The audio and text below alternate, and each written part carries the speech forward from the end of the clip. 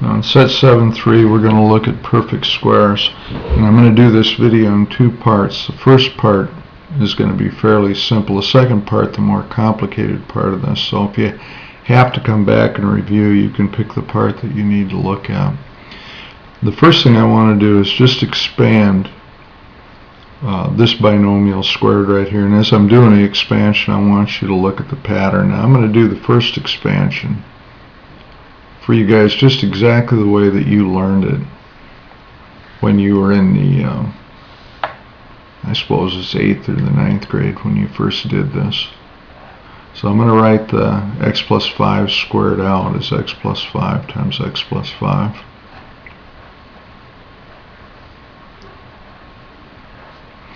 And then I'm going to multiply through. And I like drawing my multiplications. So my first one will give me an x squared right there. Then when I draw the second one right here, that'll give me a 5x. The third one, another 5x. And the fourth one, a 25. So I'm all done. I've got an x squared, got a 10x, and I got a 25. So not a real complicated thing to do, and like I said, you've done it before. The common thing in this one, when you're doing it, would be to miss this middle term, this 10x right here. What's important for you now is to see that if you take the 10 and cut it in half, you get the 5s that show up right there. If you take the 10 and cut it in half and square it, you get the 25 that shows up at the end. Now I'm going to do the same thing again, only this time I'm going to draw it. And this is the same thing that you do when you do a Punnett square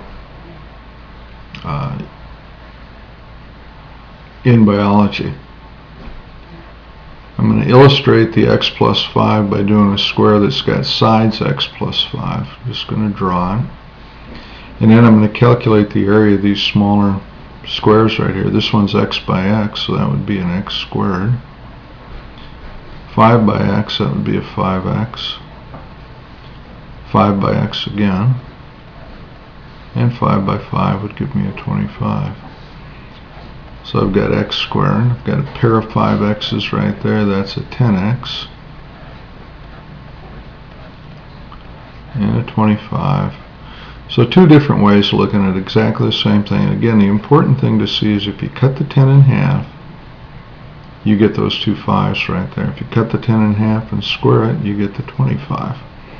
And we've squared a perfect square binomial. Now I'm do it again, but this time I'm going to take a binomial that's a little bit nastier, and I'm just going to do the drawing part. Again, I'm going to draw my square. Up here, and I know this thing can be written x plus negative 7/3 times x plus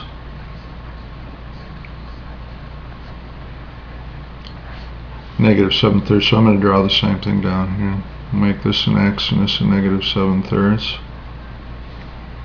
An x here, negative 7/3 here. X by x, negative 7/3 by x, again negative 7/3, and when I multiply these two together I get 49 over 9. And now I'm going to combine my terms. I've got an x squared, and you add negative 7/3 and negative 7/3, that's negative 14/3. And 49 over 9. And I've expanded my perfect square up here. And again, the thing you got to notice is if you take this 14/3, negative 14/3 right here, and cut it in half, you get the negative 7/3 that shows up here, and I forgot to write my x right there. I'll put that in there. And right there, and if you take the 7/3 and multiply it with itself, you get the 49/9.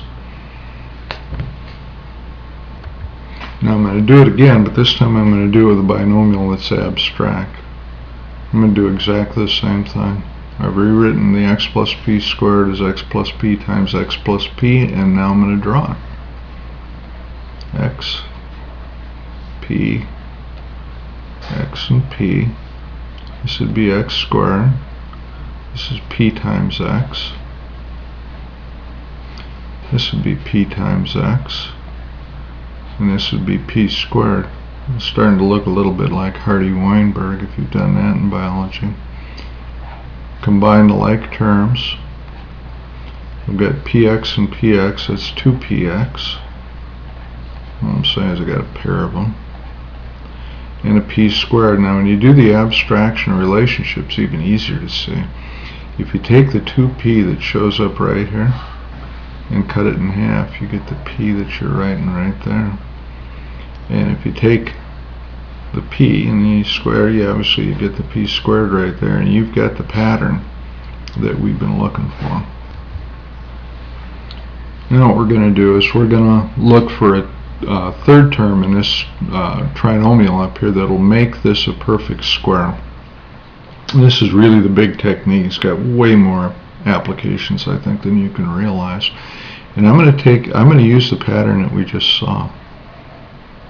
And I'm going to draw my square again. And I know that in order to get the x squared, I've got to have an x and an x. And I know that if I cut this 6 in half, I'll get a 3 that I can write right there. Now I'm going to start doing my multiplications. That would give me an x squared. This would give me a 3x. And another 3x. That guarantees that my middle term will be 6x right there. And then that'll have to be a 9. I put a 9 right there. Now that is a perfect square, and I have completed the square. Now I'm going to do it again. This time I'm going to pick a term in the middle that's an odd, and this complicates things just a little bit, but I'm not going to do anything I haven't done before.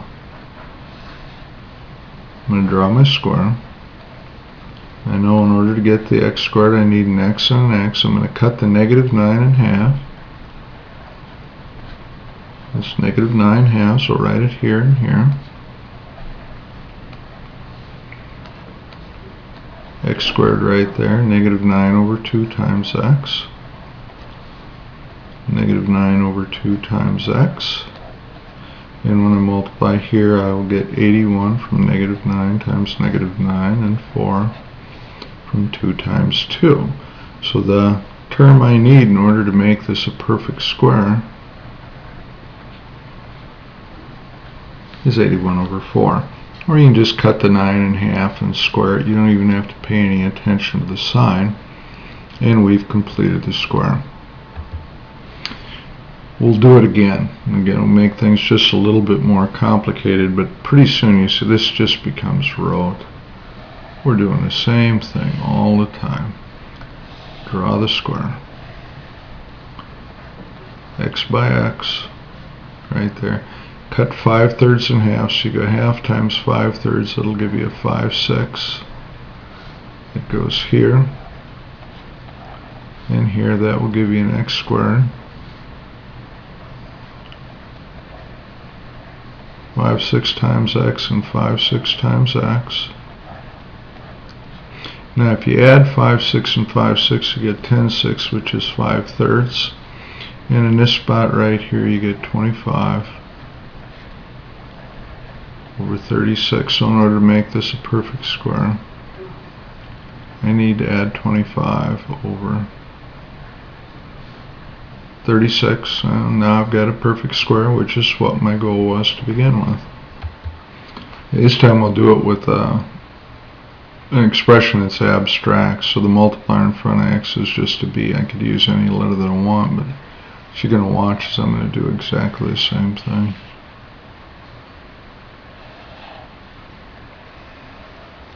In order to get the x squared, I need an x and an x. I cut the b in half. That'll give me an x squared right here. This will give me b over 2 times x. This one will be b over 2 times x. b times b will give me a b squared. 2 times 2 will give me a 4. So what I need in order to get a perfect square right here is b squared over 4. And you see the whole pattern. You know, again, just to reiterate, it's hard for me to get out of my mouth. What we're doing, you're taking the b right here and cutting it in half. You're writing it right there. And then this term that we are looking for, this one right here, which is the big deal right now, is just b over 2 times b over 2. And you've got completion of the square. Now, the next video we'll do the more complicated examples, but this is the engine that makes the whole thing go. This is what you got to know.